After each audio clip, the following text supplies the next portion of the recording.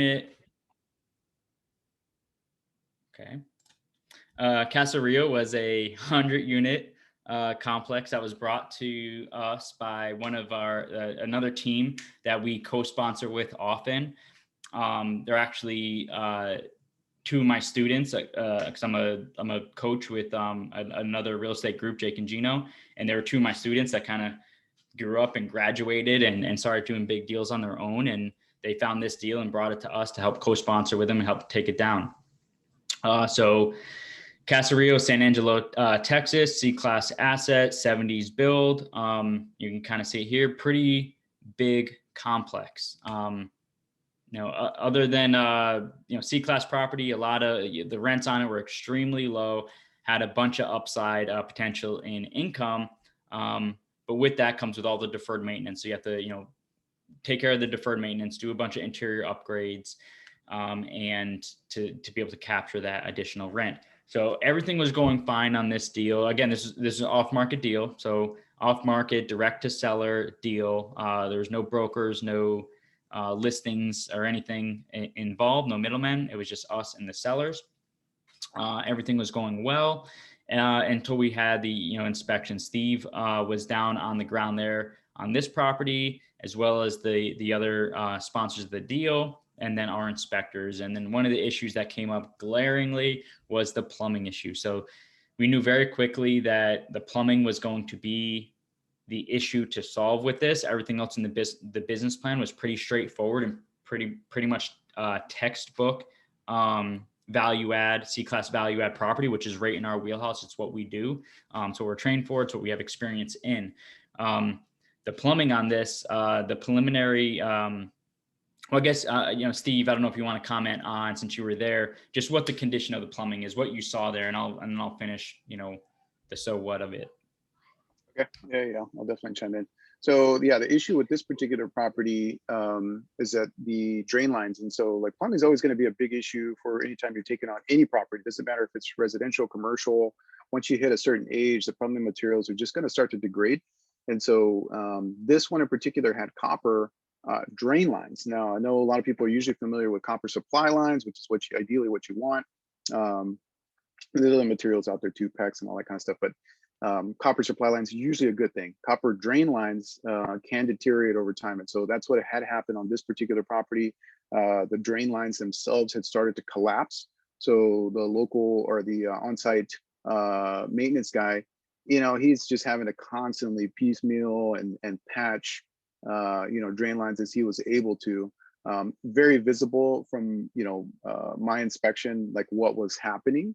And so, yeah, Vince, or obviously, for us having to go through due diligence and getting bids and all that kind of repair work, that's what kiboshed the deal. Just the sheer amount of labor, materials, and dollar amount that project would, that adds to outfitting a 100-unit complex. And, again, like this is not like the biggest complex you'll find. So, and dealing with that kind of plumbing issue on any type of property is going to get expensive.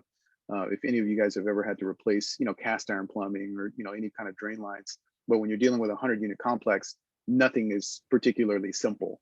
And so significant costs. What did our, Vince, what did our total bill ended up? Yeah. So bids on that would be?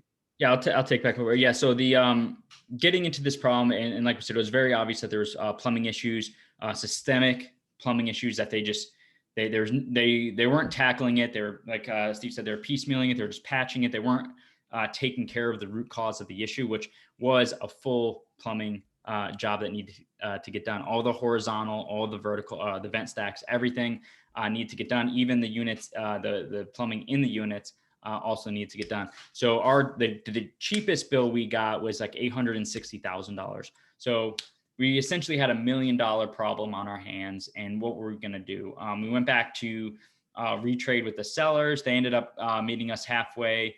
I think we ended up getting like $400,000 or $500,000 credit, and we thought that was going to be good. But then the more we got into it, we started getting engineers involved to like, okay, what's it actually going to take? So when you're doing this level of infrastructure changes, you can't just go to like a plumber, like a Roto-Rooter, and take care of it. You need MEP engineers to come in and build a plan, build a new plumbing plan, and have, the plumbing, like an infrastructure plumber, take care of it and execute it. So once we started going down that rabbit hole, we very quickly, because we were riding a little bit of a euphoria, like, oh, we just got a $500,000, seller credit. Like, this is awesome. It's gonna be a home run. And numbers wise, like financially, pro forma wise, this was an absolute home run. That's why I think that not diluted, but clouded our judgment for a few weeks, and we ended up paying the price for it. So, because the pro forma on this was like, it was great. We were going to make,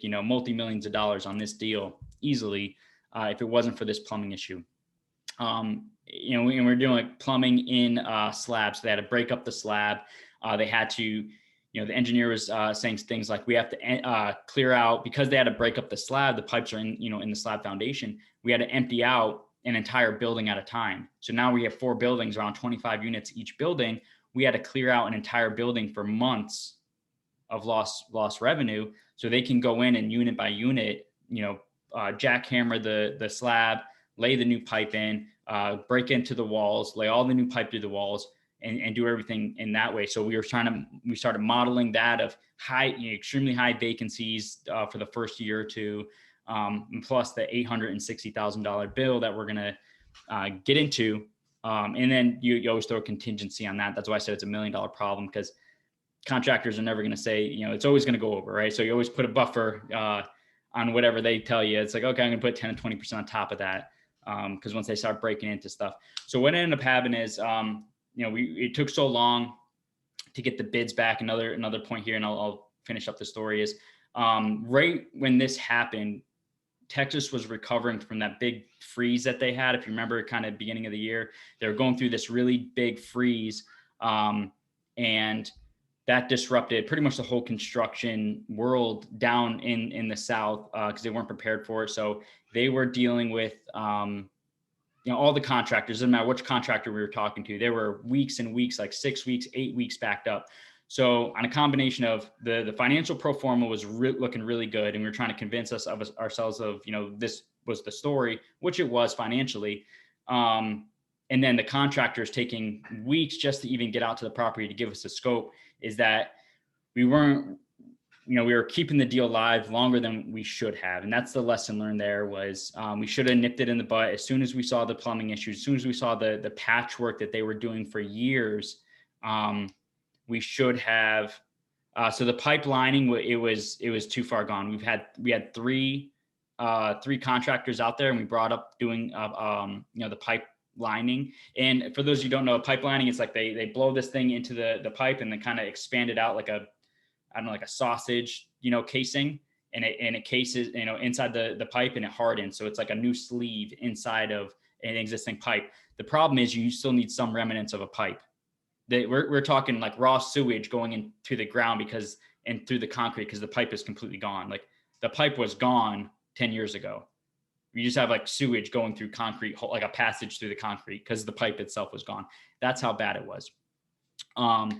And so by the time we got the last bid, and we're talking to the engineers, our EMD, our due diligence process, our phase had ended. So we were hard $50,000 at this point on this deal. And so we have a plumber on the call. Who's the plumber? Is it Dan? I'm guessing Dan. I don't know. Okay. Yeah, plumber.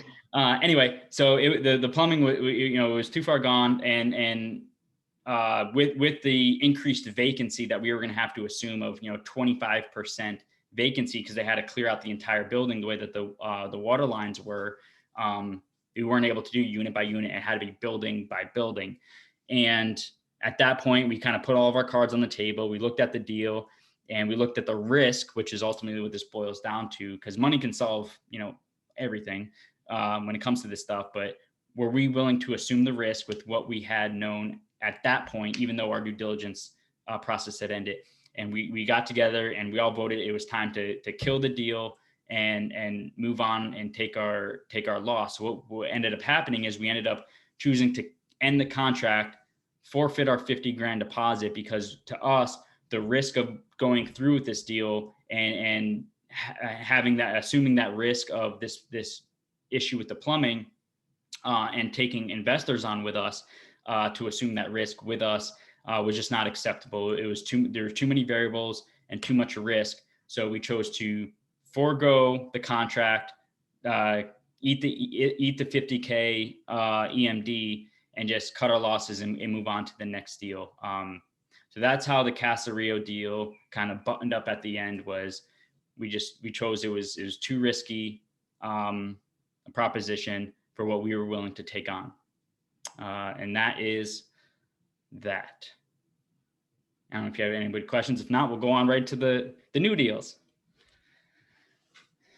I guess the only question I have, Vince, is like, before you guys go into a deal, do you guys already kind of establish the deal breakers, or I guess the left and right limits, or the timeline, so that you don't snowball like these kind of things? Because I think, once you get emotionally invested, or you have so much into the deal, it's harder to kind of step away from it. Absolutely. No, it's a very good question. And we kind of do have those limits. When we assess, we do weekly calls. Everybody has, kind of voice to bring up of, what risk is, what problems that they see, what risk they see with the deal.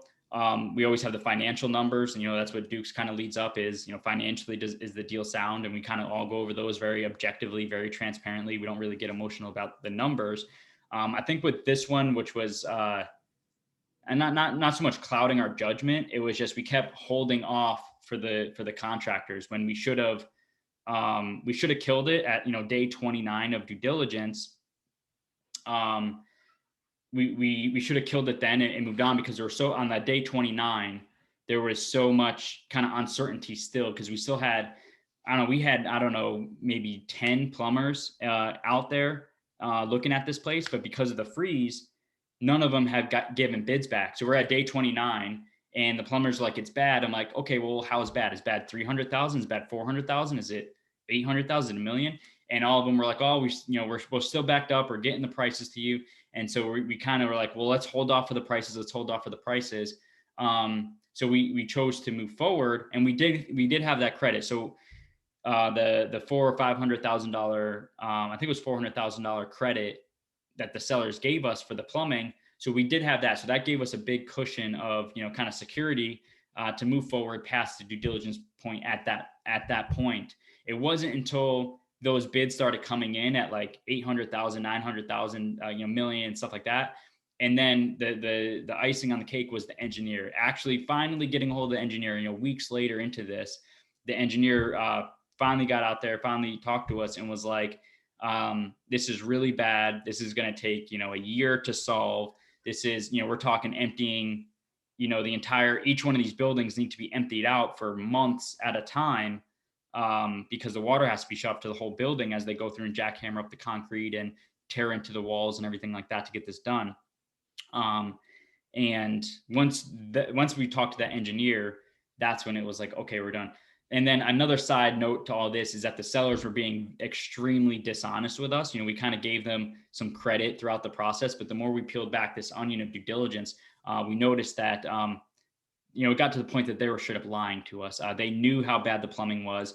They knew that there was a systemic infrastructure issue here, but they kept saying, oh no, just some, it's 1970s, you're going to have some issues, you're going to have some plumbing, blah, blah, blah. But as the plumber started reporting in, one after another, because we sent 10 of them out there, and every one of them came in, and their stories, were very accurate, or very close to one another. Like as their stories came in, they started, kind of corroborating each other of like, okay, this story is matching that guy's story, is matching that guy's story, matching that guy's story. And then the cherry on the whole cake was the engineer was like, oh yeah, these owners contacted me 3 years ago to do this project.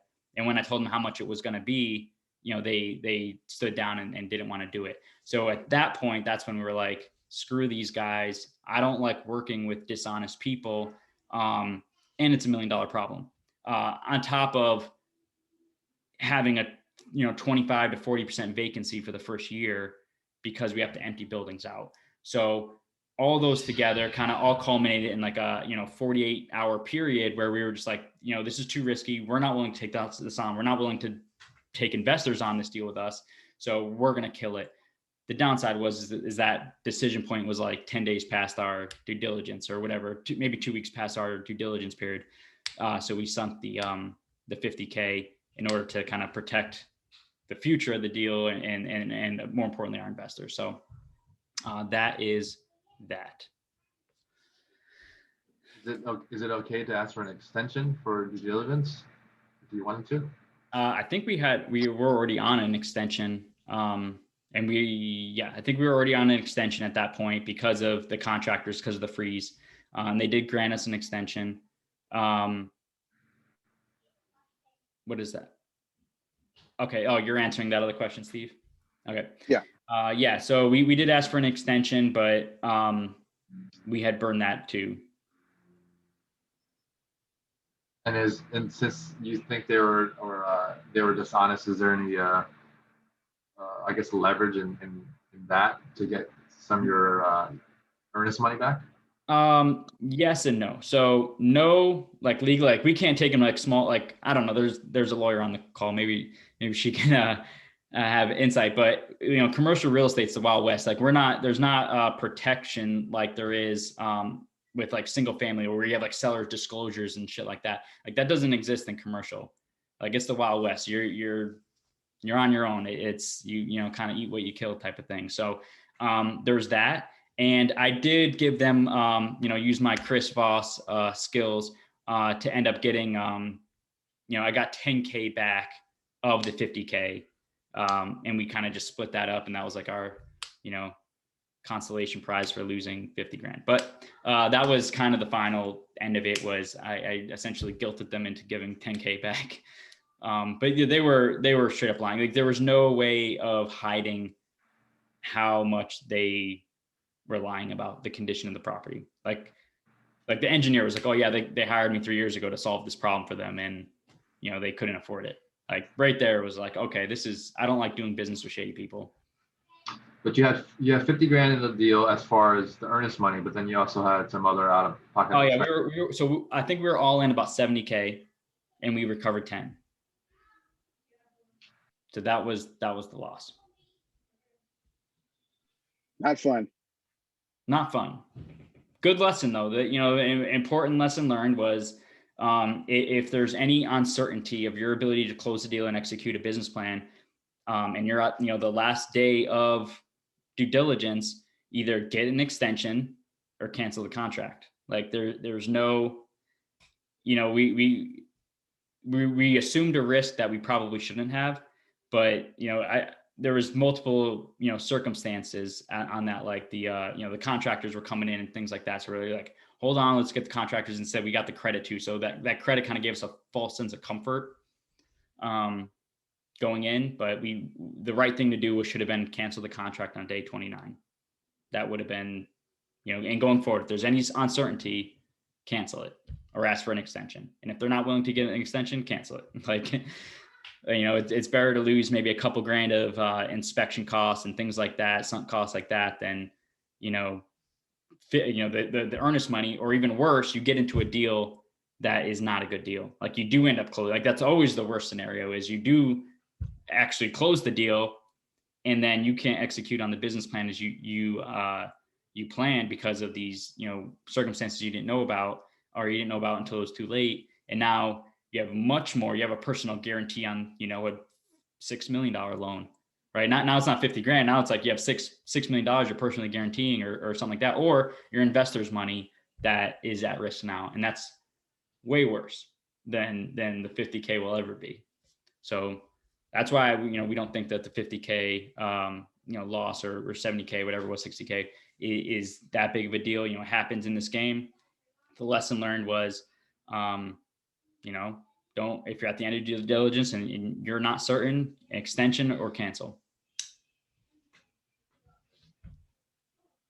All right. Yeah, and so that's the thing, right? Like not getting emotional, and I know Veronica just chimed in about sharing her experience, and it's like they're not all wins. We try to as much as we'd like them to be. That's just not realistic. So just something to be aware of when you're investing. And the larger the deals get, the more potential variables. So, there's something to keep in mind. Yep. Stay away from 1970s cast iron plumbing. That's the, and copper plumbing. That's one of my fellow, and we can move on right after this. One of my fellow coaches, Bill Ham, he talks a lot about this thing called the CapEx tsunami that's coming to America, right? So this tidal wave of capital expenditures that's hitting. And real quick, what that comes from is, before 1960s, apartment complexes really didn't exist that much, like in like, suburbs and stuff like that. There's very, apartment complexes back, 50s, 30s, 40s, whatever, were like very centralized to like the inner city type of environment. They weren't really out in kind of the suburbs and tertiary markets until like the 60s and 70s came. And then it was like a boom. Then it was just like huge building of these type of complexes, large scale type 100-unit complexes were built. Well, all of the components that make up these complexes, like the wiring, the major appliances, furnaces, ACs, plumbing, things like that, water heaters, like all of those are coming to the end. Well, water heaters and furnaces, they've been old, but the electrical and plumbing all only have like a 50-year life cycle. And everything that was built in like the 60s and 70s is coming to the end of that life cycle, or well beyond it, that they've just kind of been like patchwork together. So this CapEx tsunami of these major systems, we're not talking about like, water heaters and furnaces. We're talking about like infrastructure type things with these buildings are all getting to the end or already well past their life cycle. And they're going to start costing huge amounts of money to, replace them. The issue is that the market, how hot the market is right now, isn't pricing that in, isn't pricing the cost of the, easily, for this building, we had a CapEx budget was like, I think it was like $2 million of capital expenditures on this, for everything. Right. And, that's not being priced into the sales of these buildings, these assets that you're seeing up on the market right now. You look at like a 1960s building, C-class building, and it's not that much different than a 1980 building. Like everything, the cap rates on commercial real estate is so compressed that people aren't pricing in that, well, the 1960 building needs, $300,000 of plumbing work and electrical work. So as investors, you need to be very, very cautious of when you're getting into the C-class type product of scrutinizing the infrastructure and those major systems for wiring, for plumbing, for roofing, for those things that are, well past their life expectancy windows. We're looking at 2 deals right now that you'll see here in a second. Both of them need windows, and both of those bills came in at like $400,000 just in window replacements, because the windows are so far gone. So CapEx tsunami, be very, very cautious with 1960s and 70s product because of that thing. Like they're coming to the end of their life cycle. All right. That was only like 20 minutes over than what we were supposed to be. James had a question about what year or time frame you would identify to stay away from. 19. I wouldn't say stay away from it.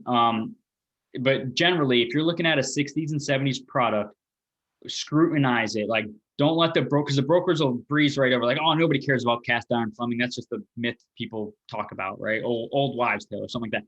And that's just them trying to blow over the fact that this building's deteriorating on the inside. Right? It might look good on the outside. So 1960s and 70s, big things you want to look for, again, is cast iron plumbing. Huge red flag. The parking lots, most asphalt parking lots like this only have, a 30 to 40 year lifespan, right? They're very expensive to repave. Like I'm not talking about like a seal coat and just make it look fresh and, black and striped lines and everything that, like, they have to dig it up and relay it. That gets very expensive.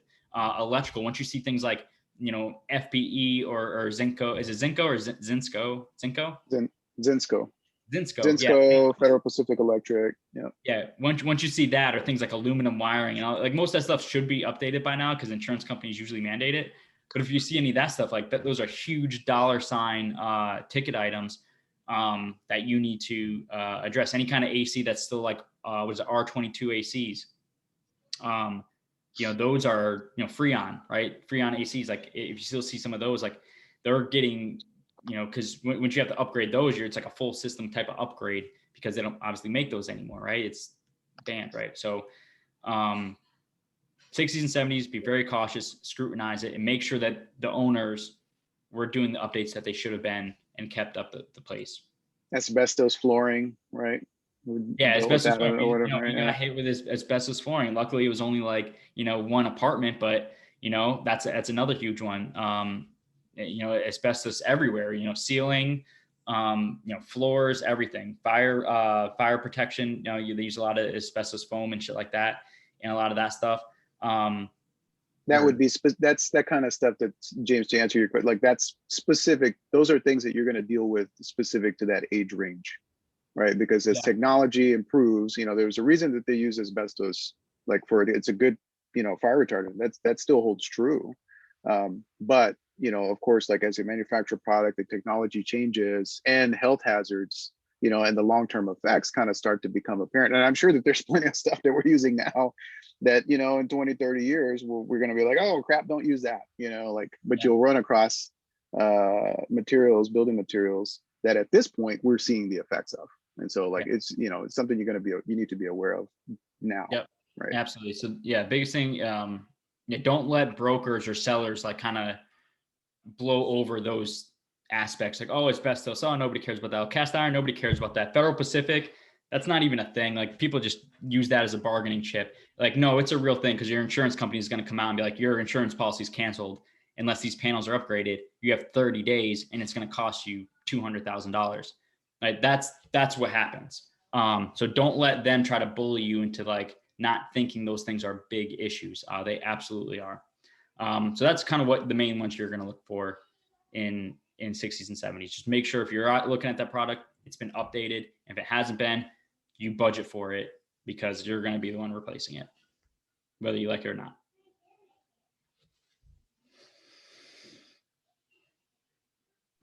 Park Place. All right. Hey, so just along those lines, what Vince is saying, since I've got a little bit of experience with condos in Hawaii, older condos, from the Marco Polo incident with the fire in the high rise, the problem there was that the smoke was getting from floor to floor. Back in the day, they didn't do anything. It's called fire stopping. You plug the holes in the floor so the smoke or the fire can't go from floor to floor and continue up. So the new requirement in Honolulu that the fire department's pushing is that you don't necessarily have to have sprinklers on every floor, but you do have to have the fire stopping. So even if your plumbing's okay, you're still going to have to tear walls open in all these 70s condos to do fire stopping on each floor. So every single condo, basically, that's like everything in Salt Lake, everything in Pearl City, all these high-rise condos, they're all going to have fire stopping. So it's going to be a requirement, and you're going to have to deal with that as a cost. One of my condos, we had just replaced all the cast iron pipe in it, and for the whole property, and we did the fire stopping while we were at it, even before we knew this was going to be a requirement. So now the fire stopping, the fire code that's coming up, we're going to have a lot less of an issue with this particular property than pretty much every single condo out here. Good point. And the risk of that is that you might get through due diligence. You might get through the lender. Like it won't be until like the riskiest part is like you get to closing. Nobody talks about this stuff. And then you close and then like the fire marshal comes out or something like that, or something like that. And then it's like, you've already closed, or the insurance company comes out and you just get a call from the insurance company saying, hey, you need this done 30 days or we're canceling your insurance, but you've already closed. You've already, you own the property. Like there's no going back. So now it's your problem. So that's the risk of this, is that you didn't catch on due diligence and then the bank didn't request it. Sometimes banks do, sometimes they don't. So it's definitely up to you to make sure you get the right people out during due diligence, and you know what to look for. Right inspectors, right subs, and things like that to look for these types of things. All right. All Park right. Place. So next property here. Do go ahead and hit the. So this is not a 60s and 70s build. Much newer property in Tennessee. So beautiful area. This is, all of that area is like Blue Ridge kind of mountains, mountain range. So it's kind of rolling hills. So real pretty area. This particular property is situated on a kind of a hilltop. So it's got great lot positioning. Not that you necessarily factor that into, acquisition, but that can help, if you've got view planes and that's something that you can market, right, to help drive additional rents. Like I know our other property in Virginia, we named it The View because it's got views of the Blue Ridge Mountains, right? So, and so if that's something that you can take advantage of and leverage, then you should do that. This is a early 2000s build, so less of a concern with plumbing materials and that kind of stuff. So you at least have more modern construction. Not to say they won't have issues, and as Vince kind of mentioned earlier, you're still always going to have wear and tear issues. You're going to have lifespan issues. One significant thing that we're going to have to deal with at this property because of the age of it. We're talking about a 20-year-old complex now. They're HVAC units. So, R22 charge, just as Vince mentioned earlier about that, you have a couple of different types of refrigerant. R410 is the current standard. R22 is going to be the older standard, and they've phased out production of that. And so, whenever you're doing servicing of units, it's going to be so much more expensive if you can, if you can get a hold of it. So, so that's something to be aware of. And, just at the lifespan of these units, we know that that's already part of the budget, is to go ahead and have to replace these units. 15 years is kind of a lifespan for these guys, for, the HVAC, like the central air heating, that kind of stuff, for those specific types of units. And so, the fact that we're at 20 years, they had done some spot replacement, but, we know the vast majority of them are going to need to be replaced. Thankfully, the temperature is pretty moderate in this area. But if you're talking about an area like Texas or some other areas that have more extreme climates, they're going to be hard on their HVAC units. So you're gonna have to factor it into your budget. Roofs in this property were good. Again, properties are gonna need different things at different times. So I think this is almost done. You can see I was learning how to use different equipment on this. So some of the things that we employ, different technology tools, right? Matterport scans. You'll see that on some of our offerings, or on all of our offerings. Drone, shots and all that kind of stuff. So, make sure you're taking advantage of technology to be able to get some good eyes and, on your properties and provide additional marketing. So this is something that's often overlooked. I always see a lot of this kind of stuff. You'll see that left-hand picture, where trees and all that kind of stuff are making contact with your buildings. Landscaping was a little bit of an issue at this one, just because you get some overgrowth. It's a beautiful wooded tree area, so it looks great. But the things that you don't take into consideration is that can cause significant amounts of damage to roof coverings and whatnot.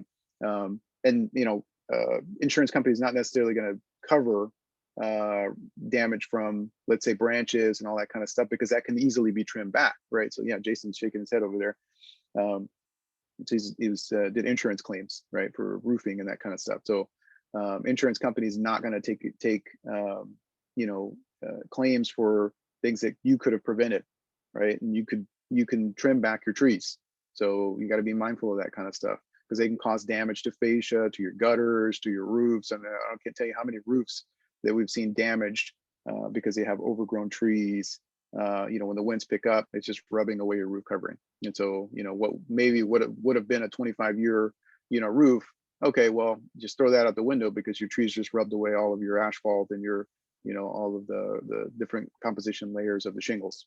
So you're going to need to re-roof in, a fraction of that time. You'll see some cosmetic damage here, that middle picture there, that's kind of to the monument sign. So just small stuff like this, it's things to take into account. The right-hand side, you'll see, which could be, potentially big issue. Like, you want to look out for stuff like this. That right-hand picture is a missing downspout. extension, right? You want water.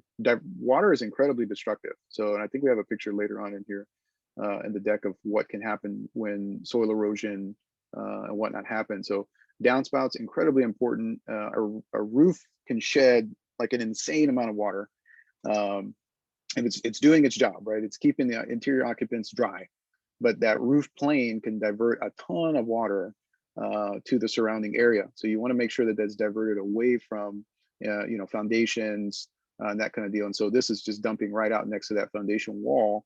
Of course, this can cause, issues with developing pockets in the soil. You can have settlement issues because of this. It can obviously cause, this is brick, so it's going to be more durable, but I've seen where water and downspouts, will literally wear through the brick. It will wear through hard materials, things that you would normally consider to be very durable. It's just going to eat right through them. I mean, if water can carve out the Grand Canyon, it can wear through your foundation wall and through your exterior wall. So just something to keep in mind.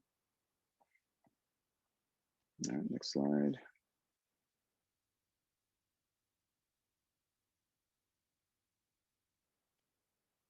There we go. Okay, yeah. So this is touching on some of what we were already talked about.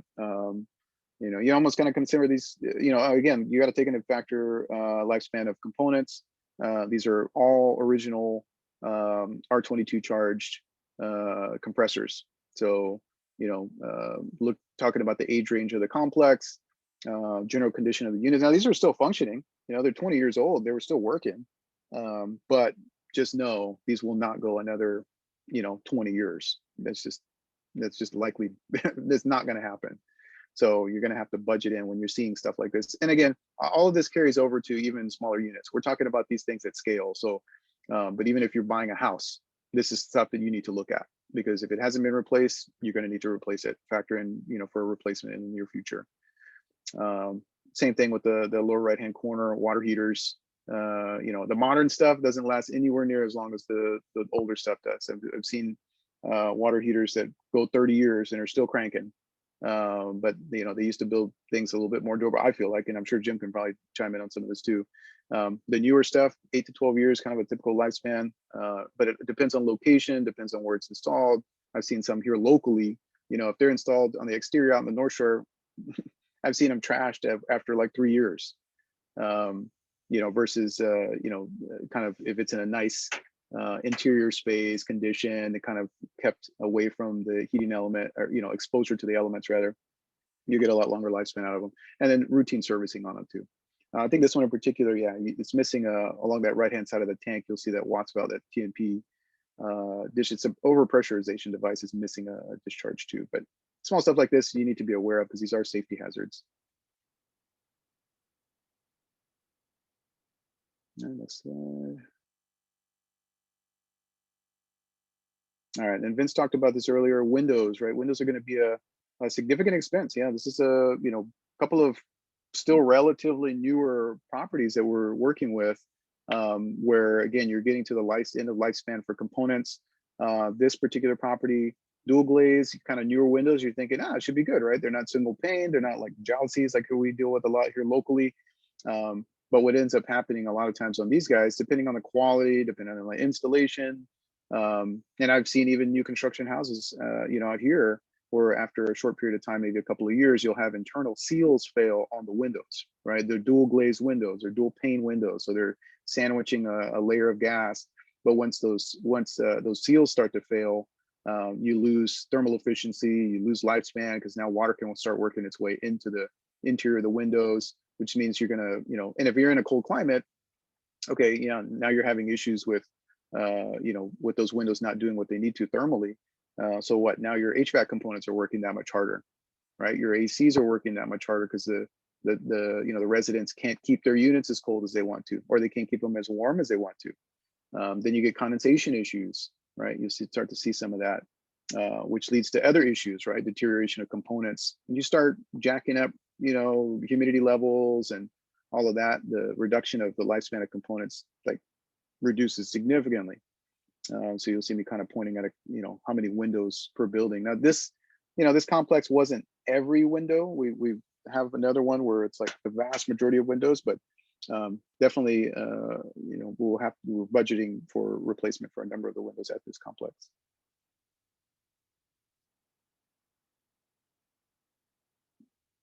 So I can see it leading there. All right, so yeah, so that lower left-hand corner there. Okay, so this is what happens when you have uncontrolled water on site, like site drainage for a property.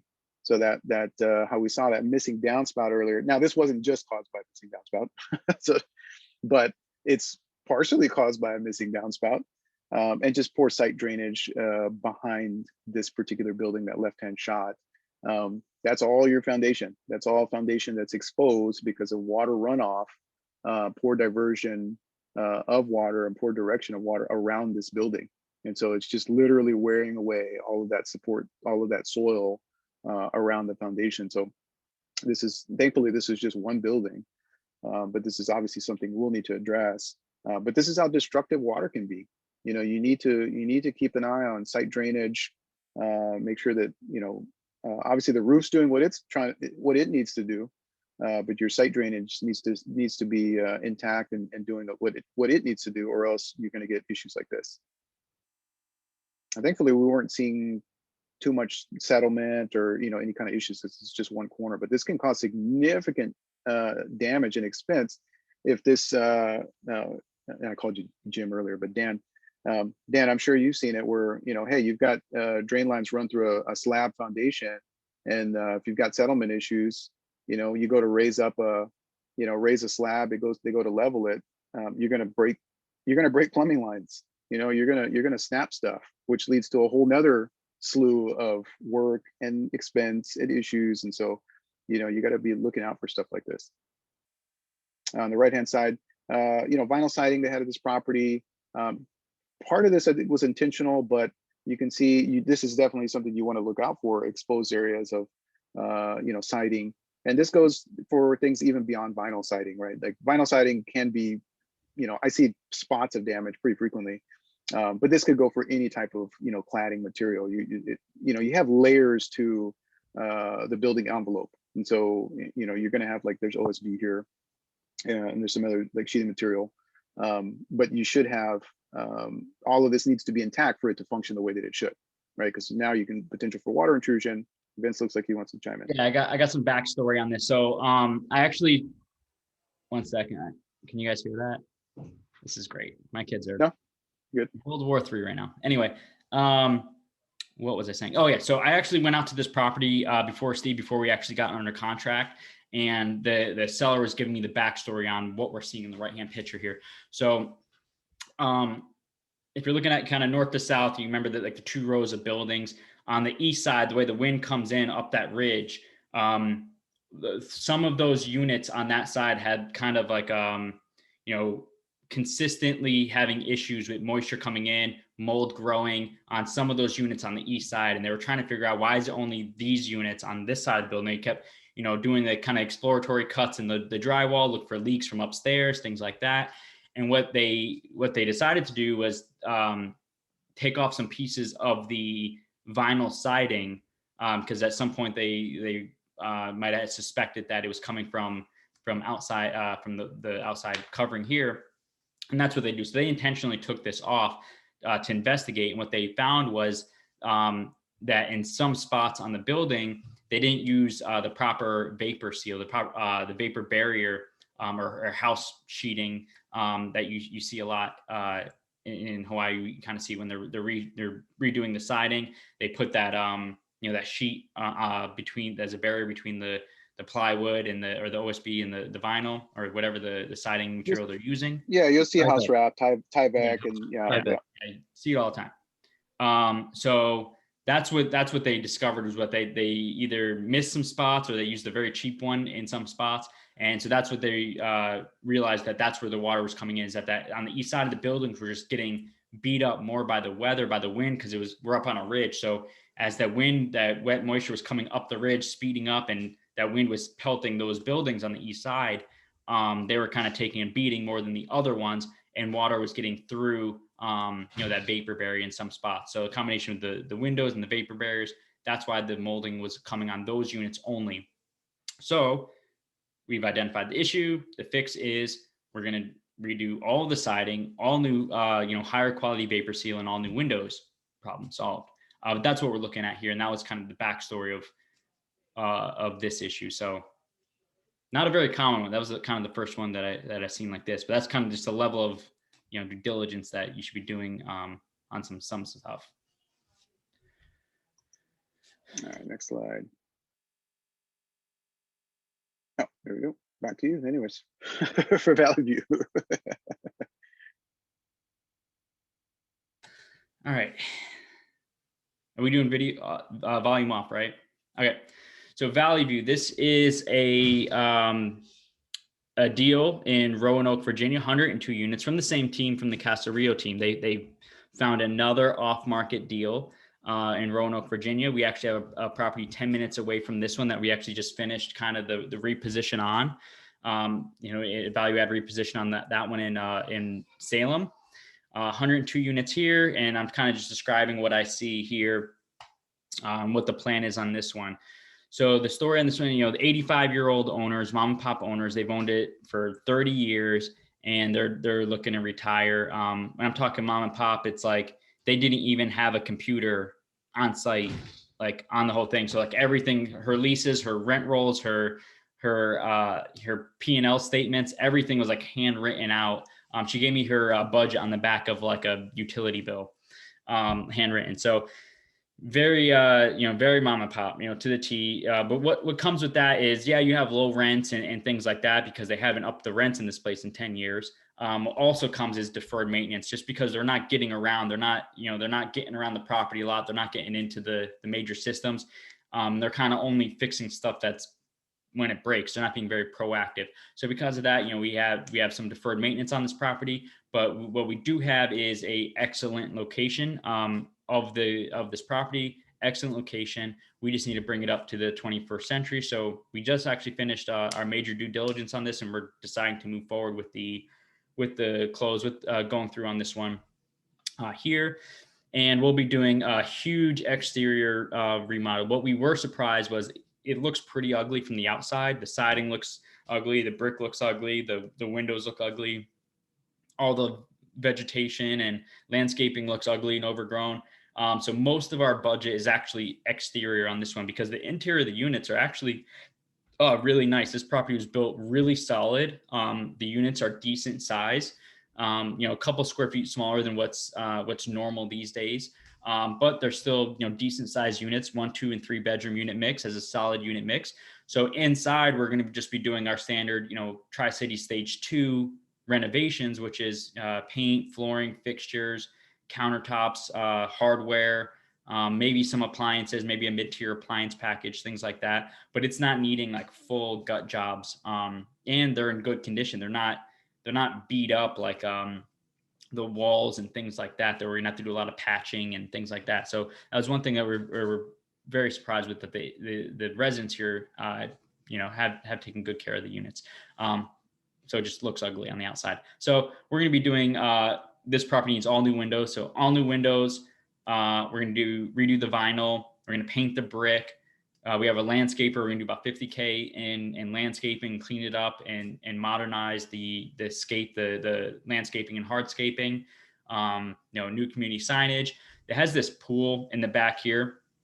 You can kind of see that pool square rectangle thing. So I really don't like pools, and I really don't like old pools, or even worse. So we're going to be filling that pool in, putting a nice ground covering on that, and doing a nice outdoor barbecue gathering, gazebo, pergola type thing with built-in grills, picnic tables, things like that. Something that that the community can actually use. Roanoke, Virginia, they ain't outside in the pool a lot, right? It's not like you're in Florida. It's, they might open it up like 1 month a year, because otherwise it's cold. The rest of they're too cold for like an unheated pool.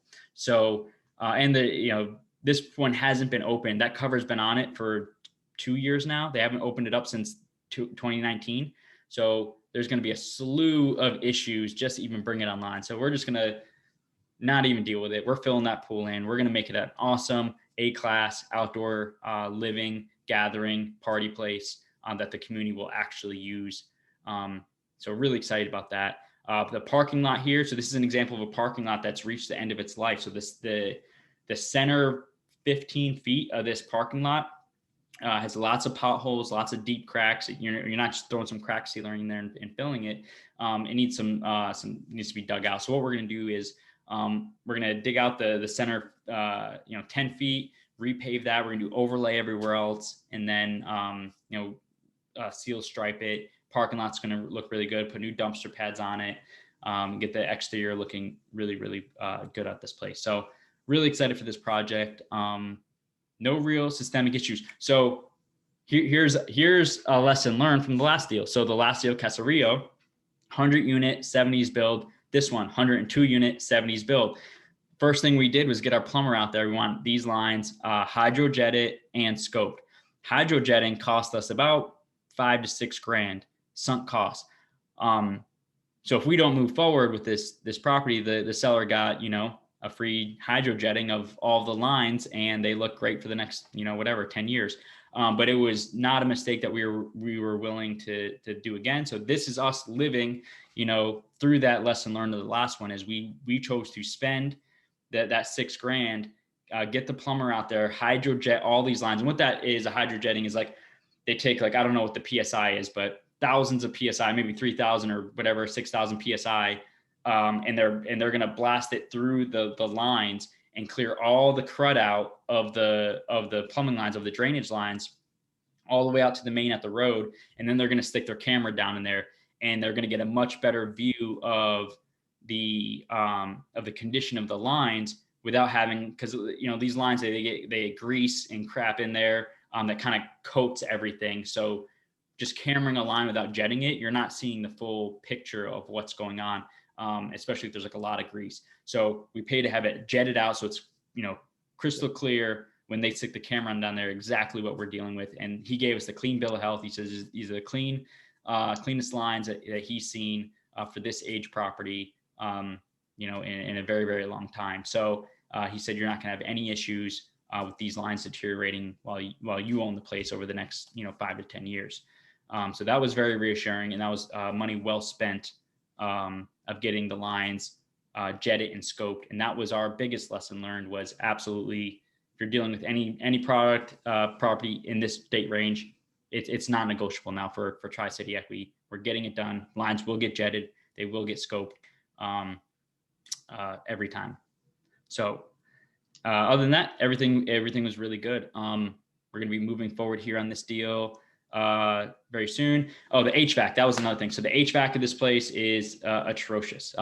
The AC units were so bad that the serial numbers were weathered off of them. The inspector couldn't even get the serial numbers of the dates on them because they were so far gone. We're talking 30-year-old AC condensers and stuff like that. He's like, they don't even make these anymore. It's not even about replacing them. It's like they don't make them, and they haven't in 10, 15 years. So we have a budget of about $500,000 to replace HVAC at this property, and about another $500,000 for windows and siding. So $1 million just between those three. Window sidings, HVAC, so the biggest cost suck of this project. But with that and the landscaping and the other exterior things we're going to do, this property is going to look completely different 9 months from now when we start executing this plan. So very, very exciting. That's all I got.